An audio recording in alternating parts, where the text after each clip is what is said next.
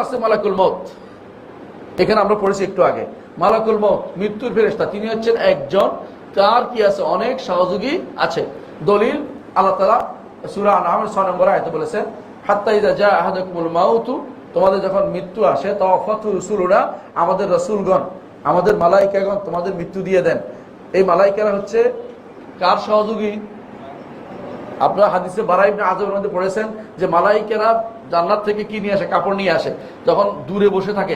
এরপরে মালাকুল মউত এসে তার মাথার কাছে আসে। খেয়াল করেছেন?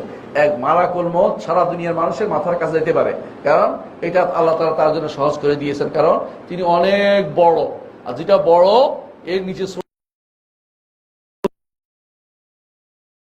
করে না। বুঝেন নাই কথাটা? আপনার 1000 পিঁপড়া থাকে, কিছুই না, হাত দিয়ে এটারে ওইখান দিয়ে এখানে নিতে পারেন। বুঝেন নাই? এই জন্য ফেরেশতাগুলি বড় বড় বিশাল বিশাল সৃষ্টি।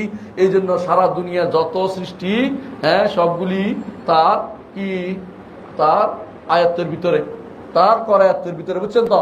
এই জন্য কোনো ব্যাপার না তার জন্য। আল্লাহ তাআলা